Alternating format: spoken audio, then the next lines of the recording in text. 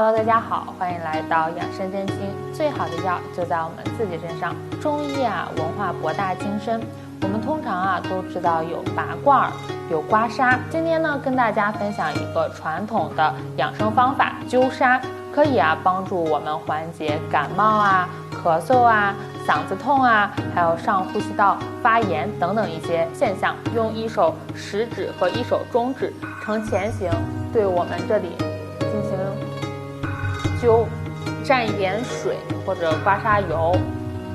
我这个灸的比较轻，蘸水或者比较用力的话，脖子这边呢会出现红色或紫色的痧。出现痧之后等1个星期痧消退之后，再进行第2次灸痧，能很好的帮助缓解我们嗓子痛等等一些现象。灸痧你学会了吗？